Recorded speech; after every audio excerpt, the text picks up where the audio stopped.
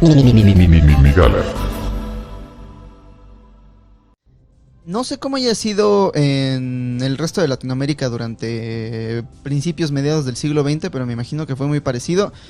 Aquí en México, tratando de solidificar las instituciones y tratando de legitimizar el poder del PRI, de las instituciones que estaban en el poder, se escribían los libros de texto gratuitos, los que nos daban en la escuela y los que nos... ¿En qué año fue eso, güey? En los últimos... 1915, 1920, ¿no? Los últimos años del positivismo. Después de la Revolución, cuando José Vasconcelos estaba creando el modelo educativo de México para decir, a ver, México ahorita está así, entonces vamos, hay instituciones, las instituciones son medio corruptas y llegamos a ellas por medio de la violencia, pero vamos a escribir la historia de tal modo que parezca una escalerita, que parezca un camino obvio hacia el momento en el que estamos. Era el destino, el que nos tenía que mandar aquí, y teníamos un pueblo originario, orgulloso, que fue destruido por los malvados españoles, y a partir de eso y construimos las instituciones y ahora estamos así.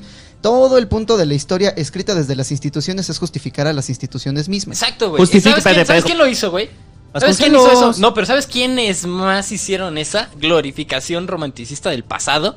Los pinches nazis, cabrón. Sí, lo hicieron. O sea, todos los... Vasconcelos, nazis. Sí. Vasconcelos era un nazi, güey. Sí, está muy cercano. Quienes no lo sabían, el fundador de la Secretaría de Educación Pública, José Vasconcelos, era un promotor del partido nazi de Alemania. Era un nazi, era católico. Antes de Auschwitz. ¿Sabes cuál es el lema de la UNAM? En su defensa fue antes de Auschwitz. Fue antes de Auschwitz. Pero era católico y era sumamente recalcitrante.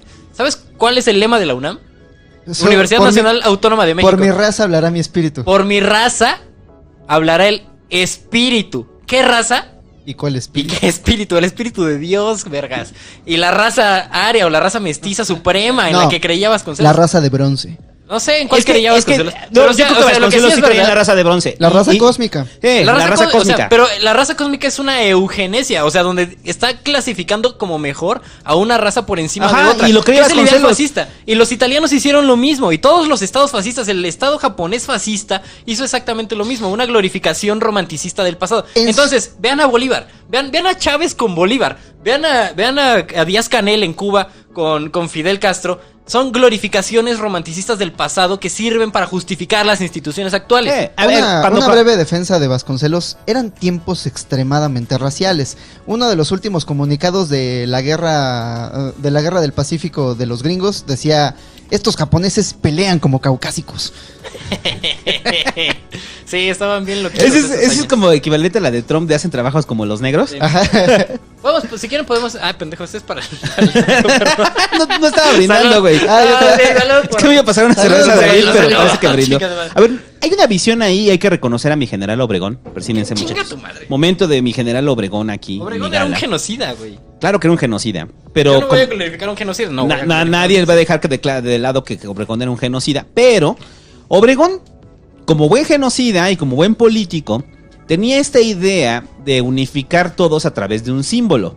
Por eso Obregón le da el juego a Vasconcelos. O sea, Obregón le dice a Vasconcelos: a ver, cabrón, tú me vas a ayudar a fundar la SEP, pero tenemos que crear nuevos símbolos, porque una vez acabada la revolución, tenemos que darle una identidad a la gente, una identidad que está perdida ahí. Entonces Vasconcelos llega y dice: ok, entonces esta nueva identidad va a ser la identidad mexica, y entonces podemos hacer de los españoles el enemigo a vencer de nuestra sociedad. Y entonces, ¿qué hace Vasconcelos y qué hace Obregón?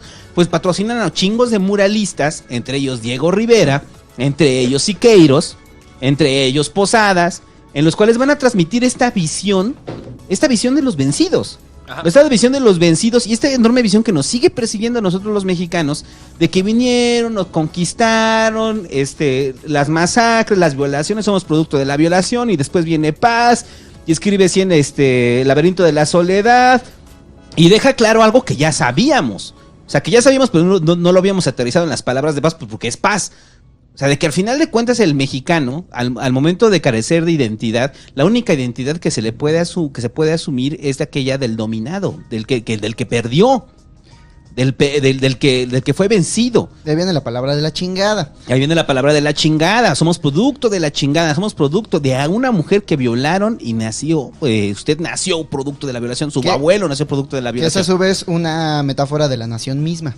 Pero hay que entender estos símbolos, porque estos símbolos sí se encarga Vasconcelos de construirlos, güey. O sea, sí se encarga Vasconcelos de construir esta imagen de lo indígena. Así es. Porque frente a un México en el que también, o sea, estamos hablando de 1920 y tantos, o sea, 1920 y tantos, la población indígena, la población que no sabía leer, escribir, pues era alta en México, pues, sí. Pero estaba surgiendo una nueva clase media que ya no tenía que ver nada con eso. O sea, era un pasado distinto. Entonces el problema es cómo ese discurso de casi 100 años lo seguimos manteniendo hasta el día de hoy. Y no entendemos nuestra realidad como propios mexicanos. Y que como mexicano que piensa en inglés. Como mexicano que piensa en inglés. I do. Que nos construyen estos símbolos y que lo hacen con un fin netamente político. O sea, es un fin político, ¿no? Okay. O sea, la identificación con los pueblos indígenas, ¿no? Porque además, o sea, ya está... Dale, joven. Además, no olvidemos que los cuerpos de la revolución seguían calientes. La gente todavía pensaba, no, yo no soy mexicano, yo soy de los Dorados de Villa. Uh-huh. No, yo no soy mexicano, yo soy de las tropas de mi general Obregón. Entonces, ¿cómo unificamos a todos estos pendejos? Necesitamos una historia en común. Cuestión distinta para los amigos bolivianos, güey. O sea, saludos a los amigos de Bolivia. Porque en Bolivia la población indígena es más. O sea, por eso están más que forman el MAS, el movimiento del socialismo, no de Evo. Por eso Evo hace clic. Por eso cuando asumen que es el primer presidente indígena latinoamericano... Es un símbolo en sí mismo. Es un símbolo en sí mismo. Pero también es porque Bolivia... Aquí los pueblos originarios con problemas rebasan... No sé, voy a dar mal el dato, pero si no se los investigo. Pero estamos cerca del 5 al 8%. En Bolivia andan por el 30. Del 30 al 35% de pueblos originarios. Entonces... Es una realidad completamente distinta. Porque son los que no pelearon en las pinches guerras contra todos. En la guerra de las tres fronteras. Son los que no se murieron en el frente. Pero lo que es que ahí es, o sea, Evo mismo es un símbolo, porque ahí sí lo entiendes, o sea, dices, ok, aquí hay pueblos originarios, hay indígenas, entonces tenemos que hacer un cogobierno como lo que se entiende toda la multiculturalidad de Bolivia, ¿no?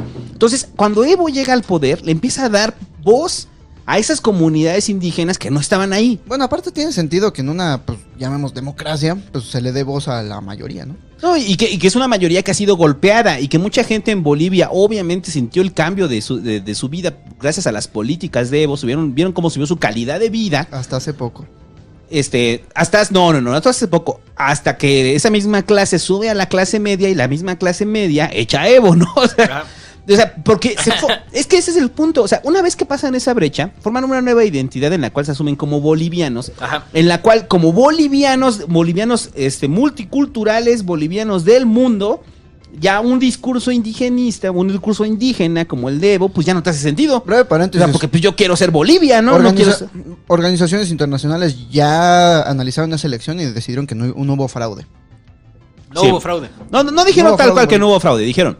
O sea, que las observaciones que habían hecho con la posibilidad de que hubiera fraude no eran evidencia suficiente, pues, para haber revocado la elección en Bolivia. ¿Qué va a pasar ahí, viejo? Fue una suma de errores, lo hablamos en el Pasquín. O sea, de que era una suma de errores, o sea, un error de Evo, o sea, de que pasarse de cabrón, ese es un hecho. O sea, de que Evo violentó la Constitución, violentó el orden legal, se quiso perpetuar en el poder, pero también la oposición aprovecha esa carraja política. Y entonces lo que tanto deseaban de sacar al MAS desde hace tiempo, pues lo lograron. A ver, y que por cierto hay dato, hoy por hoy, en el siguiente proceso electoral, si usted cree que Yanin o la derecha en Bolivia va solita y que ese es el gran sentimiento en Bolivia, no lo es. El MAS sigue ahí, el movimiento del socialismo sigue ahí, y van a meter diputados y probablemente... Bueno, no, diputados no, porque no sé si se elija Congreso. Pero no va a ser la elección que todo el mundo pensaba que el MAS desaparece. Pero ese es por el asunto. Hay una identidad y no corresponde con la de muchos pueblos de toda Latinoamérica. Por eso Bolivia es un caso muy particular, ¿no? Bolivia y Perú. O sea, donde todos los pueblos originarios tienen una presencia fuerte. A diferencia de Argentina, ¿no? O Chile, ¿no?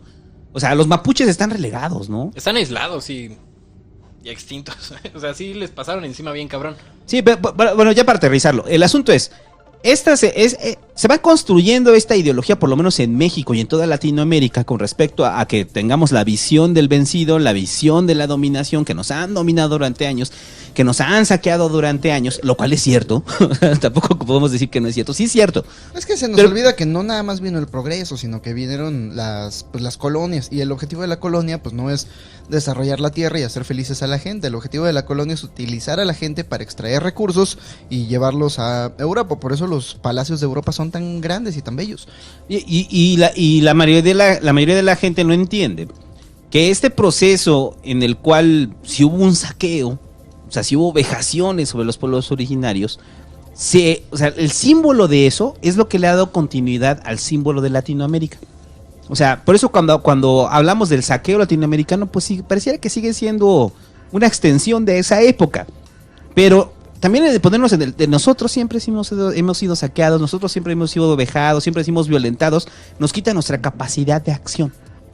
O sea, nuestra capacidad de acción como pueblo latinoamericano. O sea, hay una bueno, ahorita como llegamos patología a definida. Ya nos adelantamos. O sea, yo me pregunto, ¿hay una patología definida en la psicología como una víctima? ¿De qué? ¿De victimización? Déjate de víctima. O sea, sí, que te asumas como una víctima y ese sea tu rol para conseguir ahí. Sí. Sí. Es un síndrome de victimización, entonces. Sí, te victimizas. Slavoj Žižek cuenta el chiste de unos judíos que están rezando. Llega un rabino, un alto rabino de la iglesia, y llega a la iglesia y dice: oh, perdóname Dios, que yo no soy nada, yo no soy absolutamente nada. Y luego llega un gran hombre de negocios y se arrodilla y dice: oh, Dios mío, escúchame, a pesar de que yo no soy nada, yo no soy absolutamente nadie. Y luego llega un vago de la calle y dice: oh, Dios mío, por favor, perdóname, yo no soy nada. Y los otros dos voltean y dicen: bueno, ¿quién se cree que es? En este asumirnos a nosotros mismos como que yo no soy nada, soy una simple víctima, hay un poder implícito en ser una víctima. Hay una identidad que nos da asumirnos como víctimas como identidad es muy común en Latinoamérica. Y en Estados Unidos se llama Me Too. Siguiente tema. Es un pendejo. La verga. Bueno, a ver, regresando al asunto, ya para terminar el asunto de la conquista. Entonces, mira, no le vamos a dar clase de historia, simplemente sabemos que el mundo, América se parte en dos. O sea, entre España y el Imperio Español y el Imperio Portugués, ¿no? Y que ese partir en dos es una madre, o sea, porque pues les toca a Brasil, ¿no? Se partieron el mundo en dos. Ajá, en realidad. O sea, llegó el Papa y les dijo: a ver, hijos de su puta madre, quieren conquistar el mundo, tienen barquitos, quieren echarlos a andar. Ok, de esta línea para acá solo pueden conquistar los portugueses.